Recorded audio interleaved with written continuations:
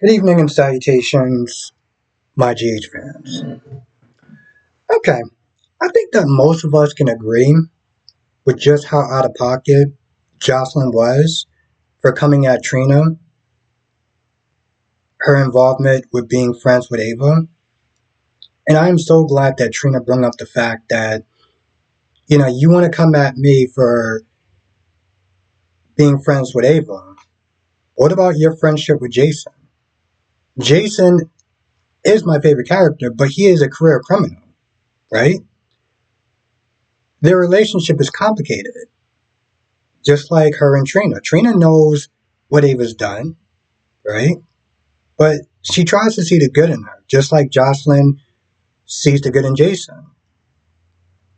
And while Jocelyn would sit there and say, well, I don't understand how we're friends, and you and Ava are friends in that same category, when Trina could have said that about her relationship with her relationship with Jason, and at the time, her relationship with Sonny. Uncle Sonny this, Uncle Sonny that. You know damn well what Sonny was there doing, even back in the day, because he used to sit there and use him to intimidate certain people. So I don't understand how you could stand there and question her relationship with Ava. Now Ava does come in, and Jocelyn does sit there and make a threat, sitting there saying if that was me at that hotel, I wouldn't have been the one that going through the window, right? So Trina comes in there, and Trina, asks flat out like, "Yo, listen, you didn't make that statement before as far as Christina coming at you. So, Christina trying to kill you. So are you lying to me or are you lying to the cops?" And, Ava try to do her best to sit there and skirt around the truth. But Trina's like, yo, listen, I just sat there for a good 5 minutes and trying to defend my relationship with you to my best friend. So you really don't have to sit there and tell me, is it even worth doing all that? Now, for the most part, Ava was somewhat honest by saying that the FBI is forcing her to, go along with the statement. The statement was false, but, I had to sit there and go along with it. I have to sit there and what I have to do for now. But it would have been so much more easier if Ava would have gave her the entire truth. Because, yeah, it was an accident. She didn't mean to sit there and have her go through the window. And Christina did come up there to confront to confront Ava about the whole custody thing. So the fact that you're not sitting there telling her the whole truth, now she says that she's doing it to protect Trina, but in all reality, she's still going to be around you. She's still going to be your friend. She's still going to be working at the gallery. So how much protection are you really doing? You're just better off telling the truth. Now,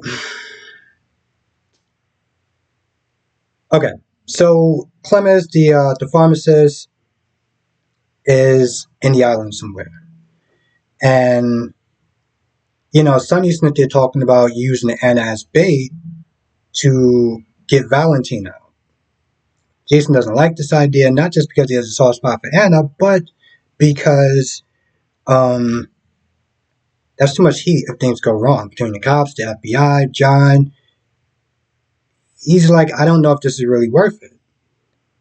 Now, Anna comes down from the station after getting Ava's testimony again with a little nuance to it. Now she's sitting there saying that Christina is saying that she wants to kill her. And of course, Anna sits there and questions that, like, why didn't you not sit there and say anything like that before? John starts answering for her, and I'm like, John is just starting to become more and more unhinged each and every single time. Each and every single time he's on an episode, he's just starting to just lose it, right? And it's kind of a shame because, yeah, we know that John is brought in to be Sonny's, villain or rival or whatever, right? Well, at least villains back in the day was a little bit more smarter than that. I think the only reason why um, Ted King's villain lasted as long as he did was because of his own charisma. I mean, hell, you kill him off as Alcazar, he comes back as Luis. That's how much staying power he has. But with somebody like John, I mean, seriously, you could have made the villain more better than that. To come to a courtroom with no evidence, like, and no witness at the time. Anyway, um, Anna, for some odd reason, decides to come to Sunny and tells them about the statement that Ava made, and the fact that most likely that she was coerced by John. Now, you didn't need to sit there and tell him that.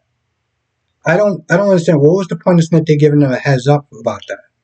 Like, what was the point of even going down there? See, the point of going down there was to sit there and get Jason, because she had questions for Jason as far as Scotty's disappearance. If that was the case, then you should just start off with that. Why give Sonny a heads up? Now, Sonny and Anna get into this whole back and forth blaming game.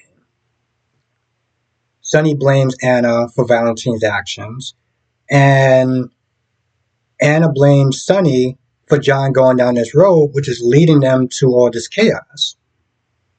And both of them are just wrong in a lot of ways. John, at the end of the day, he's a grown ass man. He's making his own choices, regardless of what Sonny did.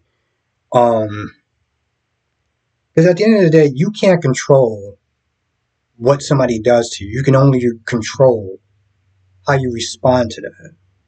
And that's the same thing that's going for both of them. Like, Anna's not responsible for Valentine messing with Sonny's meds or anything like that. So, like, that's a completely out of pocket statement. And the same thing with Anna. Now, Anna does go and get Jason and brings him down to the station, asking his whereabouts, like, oh, where's Scotty at, this, that, and the third. And finally, Jason's like, yeah, you're not getting nothing from me without my lawyer.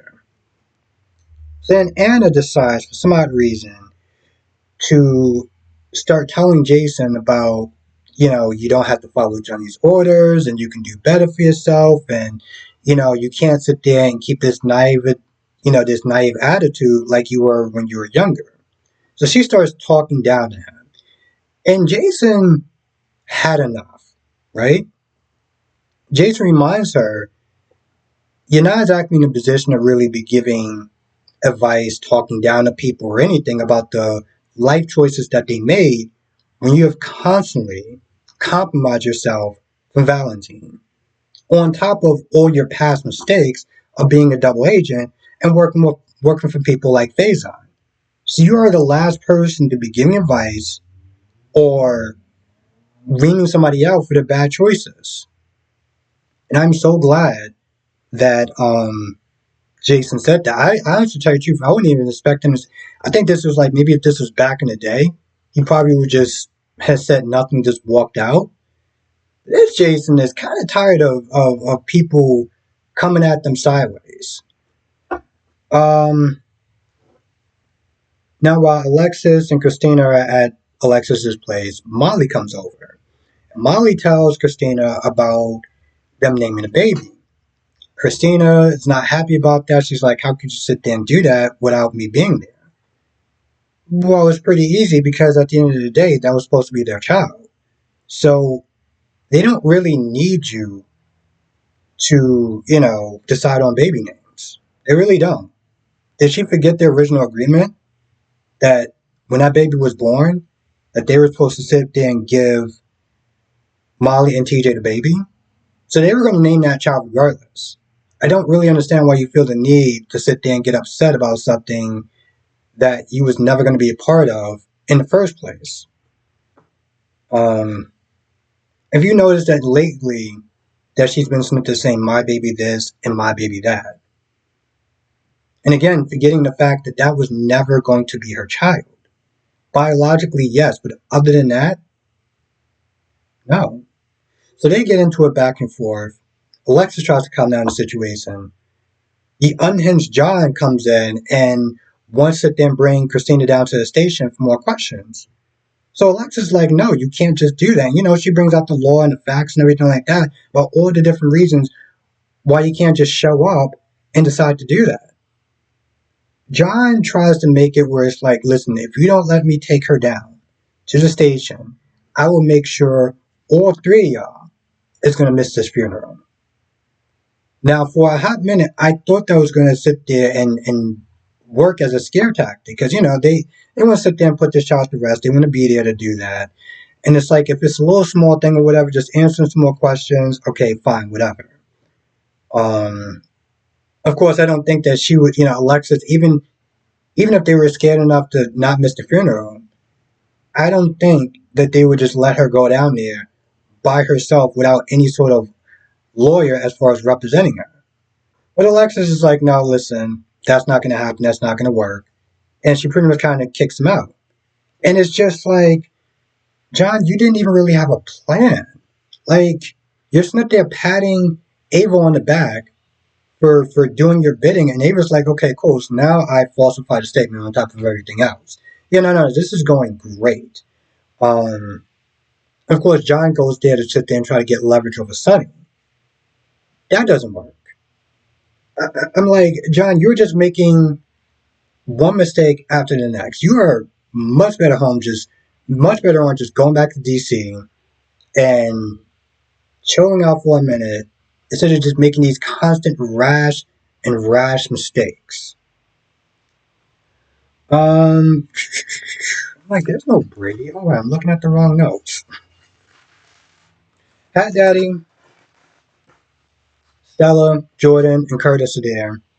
And, after TJ and Molly talk, Molly leaves to sit there and tell TJ Molly tells Christina about, the whole baby name.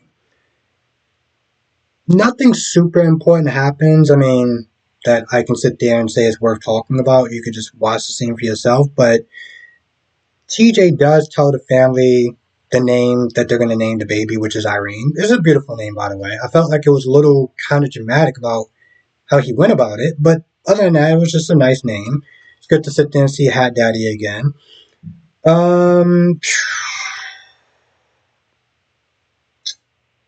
Sonny comes to see Ava. And Ava's sitting there thinking, okay, so this is it, right? You're going to just sit there and just in my life or whatever. So he pretty much was like, I should. After all the death and destruction that you've caused, I should. But I'm coming here to save you. I'm coming here to save your life. And I really do think that Ava should sit there and take this offer because as bad as Sonny is, I think she could sit there and count on the fact that Sonny isn't going to cross that line, if nothing else, for Avery. John, on the other hand, you can see there's so many times that Ava gets so nervous about, doing anything to, like get John upset. Sonny, Ava wants to sit there and leave that night because she was tired. John was like, no, you're going to sit there and do exactly what I said. You're going to follow my instructions to the letter. And that's what she did. And, even during that whole interrogation or whatever, Anna kept sitting there looking around because there was a couple of times that John started answering for Ava. And I'm like, what are you doing? But that's just how nervous she is. So I think just in truth,